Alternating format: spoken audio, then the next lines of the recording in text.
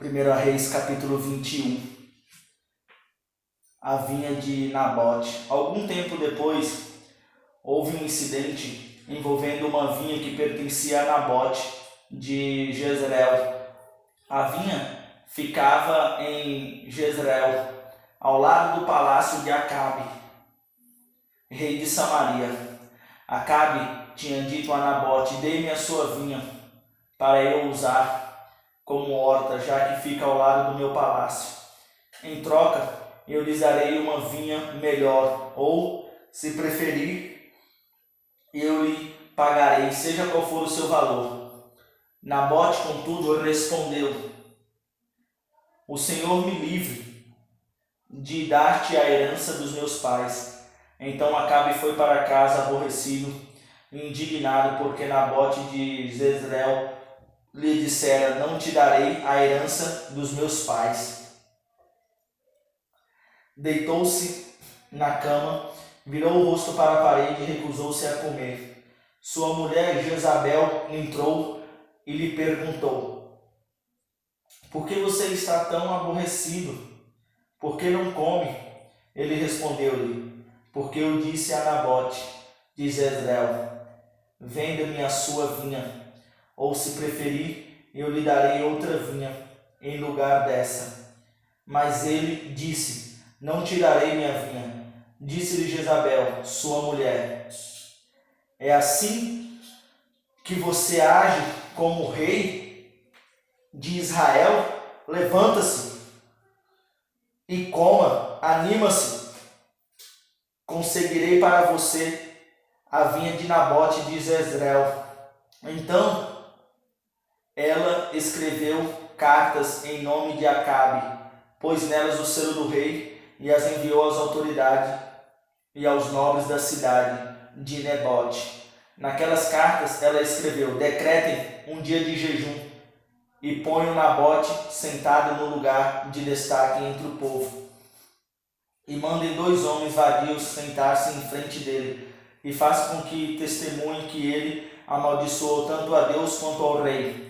Levem-no para fora e apedrejem-no até a morte. As autoridades e os nobres da cidade de Nabote fizeram conforme Jezabel os orientara nas cartas que lhes tinha escrito. Decretaram jejum e fizeram Nabote sentar-se num local destacado no meio do povo. Então 2 homens vadios vieram e se assentaram em frente dele e começaram a acusá-lo de ter amaldiçoado Deus e o rei. Por isso levaram para fora da cidade e o apedrejaram até a morte.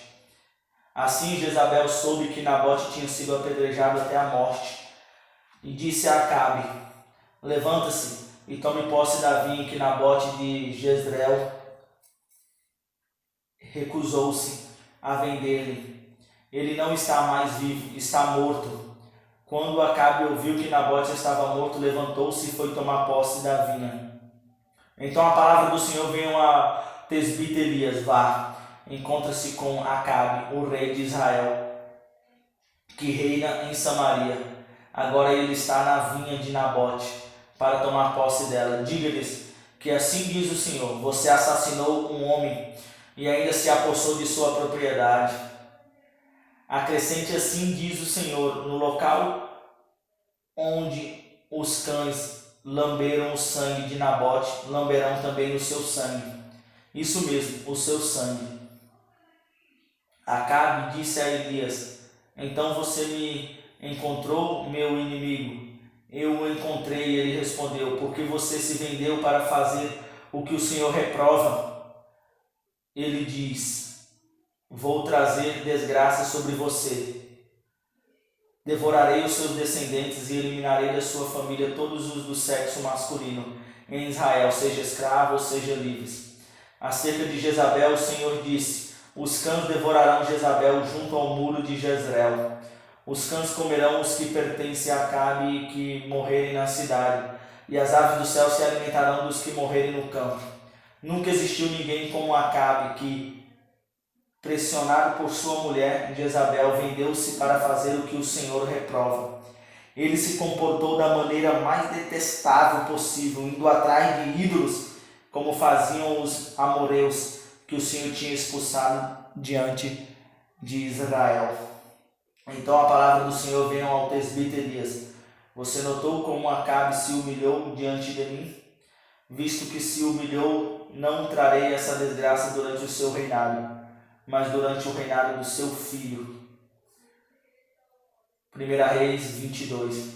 Durante 3 anos não houve guerra entre a Síria e Israel, mas no 3º ano, Josafá, rei de Judá, foi visitar o rei de Israel. Este havia perguntado aos seus oficiais: por acaso vocês não sabem que Ramote Gileade nos pertence? E ainda assim não estamos fazendo nada para retomá-la do rei da Síria? Então perguntou Josafá: irás comigo lutar contra Ramote Gileade? Então o rei de Israel reuniu 400 profetas e lhes perguntou: devo ir à guerra contra Ramote Gileade ou não? Eles responderam: sim, pois o Senhor a entregará nas mãos do rei. Josafá, porém, perguntou: não existe aqui mais nenhum profeta do Senhor a quem possamos consultar? O rei de Israel respondeu a Josafá: ainda há um homem por meio de quem podemos consultar o Senhor, mas eu o odeio, porque nunca profetiza coisas boas ao meu respeito, mas sempre coisas ruins.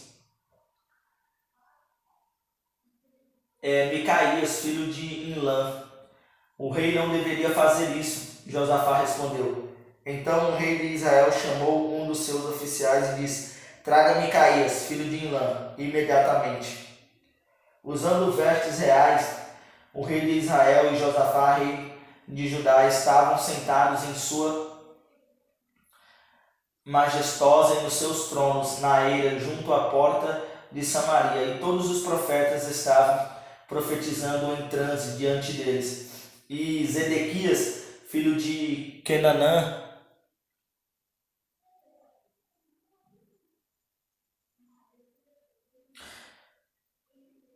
com os chifres proferirá dos arameus até que sejam destruídos. Todos os outros profetas estavam profetizando a mesma coisa, dizendo: ataca Ramote Gileade e serás vitorioso, pois o Senhor a entregará nas mãos do rei. O mensageiro que tinha ido chamar Micaías lhe disse: veja, todos os outros profetas estão predizendo que o rei terá sucesso. Sua palavra também deve ser favorável. Micaías, porém, disse: juro pelo nome do Senhor que direi o que o Senhor me mandar. Quando ele chegou ao rei, lhe pediu e lhe perguntou: Micaías, devemos ir à guerra contra Ramote Gileade ou não? Ele respondeu: ataca e serás vitorioso, pois o Senhor a entregará nas mãos do rei. O rei lhe disse: quantas vezes devo fazer você jurar que irá me dizer somente a verdade em nome do Senhor? Então Micaías respondeu: vi todo Israel espalhado pelas colinas, como ovelhas sem pastor, e ouvi o Senhor dizer: este não tem dono, cada um volte para casa em paz. O rei de Israel disse a Josafá: não lhe disse que ele nunca profetiza nada de bom a meu respeito, mas apenas coisas ruins? Micaías prosseguiu: ouça a palavra do Senhor. Viu o Senhor assentado em seu trono, com todo o exército dos céus ao seu redor, à sua direita e à sua esquerda. E o Senhor disse: quem enganará Acabe para que ataque Ramote Gileade e morra lá? E um sugeria uma coisa, outro sugeria outra, até que finalmente um espírito colocou-se diante do Senhor e disse: eu o enganarei.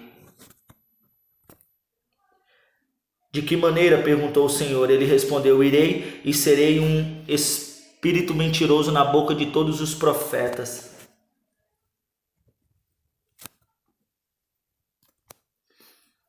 Disse o Senhor: você conseguirá enganá-lo? Vá e engane-o. E o Senhor pôs um espírito mentiroso na boca destes seus profetas. O Senhor decretou a sua desgraça. Então Zedequias, filho de Quená, aproximou-se, deu um tapa no rosto de Micaías e perguntou: por qual caminho foi o Espírito da parte do Senhor, quando saiu de mim para falar a você? Micaías respondeu: você descobrirá no dia em que estiver se escondendo de quarto em quarto. O rei então ordenou: envia Micaías de volta a Amon, o governador da cidade, e a Joás, filho do rei, e digam: assim diz o rei, ponham este homem na prisão.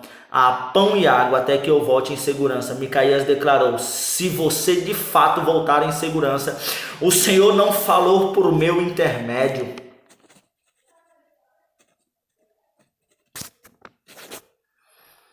Então o rei de Israel e Josafá, rei de Judá, foram atacar Ramote.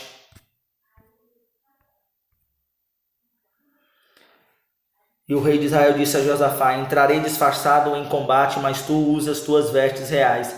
O rei de Israel disfarçou-se e ambos foram para o combate. O rei da Síria havia ordenado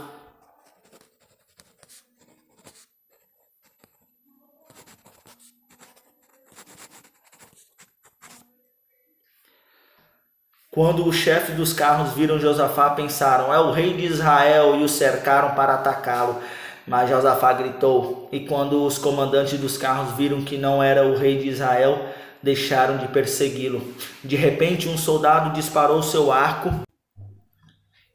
Tire-me do combate, fui ferido. A batalha foi violenta durante todo o dia, e assim o rei teve que enfrentar os arameus em pé no seu carro. O sangue de seu ferimento ficou escorrendo até o piso do carro de guerra, e ao cair da tarde ele morreu.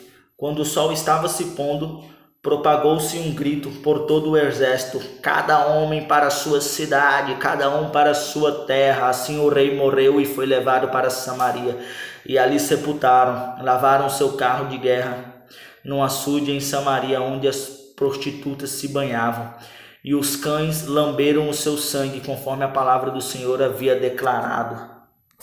Os demais acontecimentos do reinado de Acabe está no livro dos reis. Josafá, filho de Asa, tornou-se rei de Judá no 4º ano do reinado de Acabe, rei de Israel. Josafá tinha 35 anos de idade quando se tornou rei e reinou 25 anos.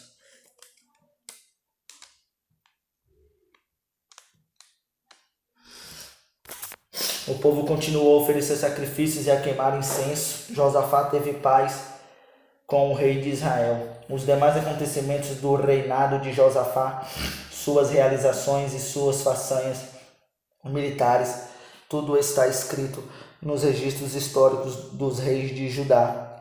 Ele livrou o país dos prostitutos cultuais que restaram depois do reinado de seu pai Asa. Ora, na época não havia rei em Edom, mas sim um governador. Josafá construiu uma frota de navios mercantes para buscar ouro em Ofir, mas nunca o trouxeram, pois eles naufragaram em Ezion-Geber. Naquela ocasião, Acasias, filho de Acabe, disse a Josafá: os meus marinheiros poderão navegar com os teus, mas Josafá recusou. Josafá descansou com os seus antepassados e foi sepultado junto a eles na cidade de Davi.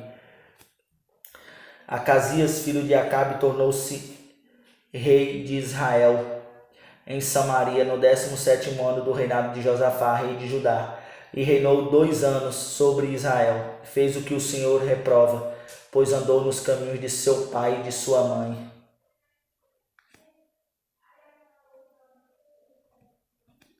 Prestou culto a Baal e o adorou, provocando assim a ira do Senhor, o Deus de Israel, como seu pai tinha feito. Termina aqui os relatos do primeiro livro dos reis, no capítulo de número 22. Partiremos para o segundo livro dos reis. Amém.